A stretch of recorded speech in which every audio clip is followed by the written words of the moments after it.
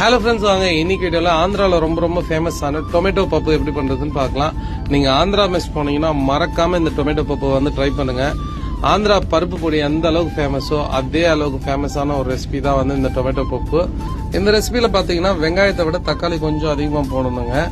முடிஞ்சா வந்து நாட்டு தக்காளி ட்ரை பண்ணுங்க. எங்கிட்ட நாட்டு தக்காளி கிடைக்காதனால நான் வந்து ரெகுலரா நம்ம யூஸ் பண்ற இந்த பெங்களூர் தக்காளி தான் யூஸ் பண்ணிருந்தேன்.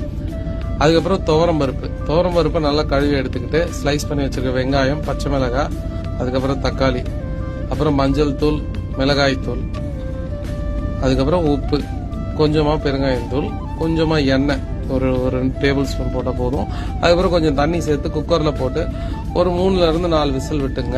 அதுக்கப்புறம் இந்த ரெசிபிக்கு தேவையான அளவுக்கு வந்து பூண்டை வந்து பொதுவா தோலோடு போட்டு இடிச்சு தான் போடுவாங்க. உங்களுக்கு வேணாம்னு நினைச்சீங்கன்னா நீங்க தோலை வந்து ரிமூவ் பண்ணிடலாம்.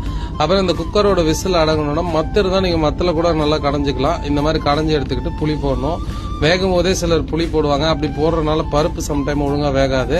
ஸோ புளி தண்ணி ஆட் பண்ணி ஒரு கொதி விட்டு ஆஃப் பண்ணிடுங்க. அதுக்கப்புறம் எண்ணெயில கடுகு, சீரகம், காஞ்ச மிளகாய், கருவேப்பிலை, இடிச்சு வச்சிருக்க பூண்டு. இந்த பூண்டு வந்து ஸ்லைட்லி கோல்டன் ப்ரௌனா வரும்போது நம்ம வந்து குக் பண்ணி வச்சிருக்க அந்த பருப்பு, அது கூட தேவையான அளவு ஃபைனலா ஒரு முறை செக் பண்ணி உப்பு போட்டு கொஞ்சமா கொத்தமல்லி தோணிங்கன்னா ஒரு சிம்பிள் அண்ட் டேஸ்டியான ஆந்திரா ஸ்டைல் டொமேட்டோ பப்பு வந்து ரெடி ஆயிடுச்சுங்க. கண்டிப்பா ட்ரை பண்ணிட்டு சொல்லுங்க. நேர்ல வந்து ட்ரை பண்ண நம்ம ராயல் இந்தியானா வாங்க. தேங்க்யூ.